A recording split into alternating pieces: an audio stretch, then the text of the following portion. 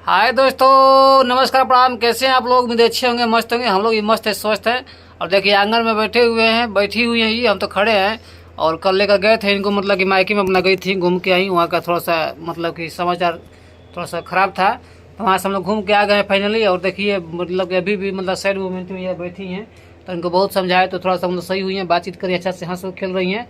और अभी देखिए ये नहाने का अपना प्लानिंग कर रही हैं, जाएंगी। ठंडा लग रहा था इनको, तो उधर पानी मतलब गर्म की है बाल्टी में, और गर्म करने के बाद बैठी हुई नहाएंगे। और नहाने के बाद फिर देखिए इनको हम समझा रहे हैं अभी, फिर उसके बाद आप लोगों से बातें भी करेंगी। शायद अभी बात ना करो, काहे ऐसे दिमाग टेंशन में है। अब बताइए, इनको समझा रहे फिर भी इनका दिमाग टेंशन में है। ऐसा नहीं होना चाहिए। सबके घर में समस्या आती है, लाइफ में सबके लाइफ में कुछ ना कुछ समस्या होता है, प्रॉब्लम होता है, लेकिन अच्छा से रहना चाहिए।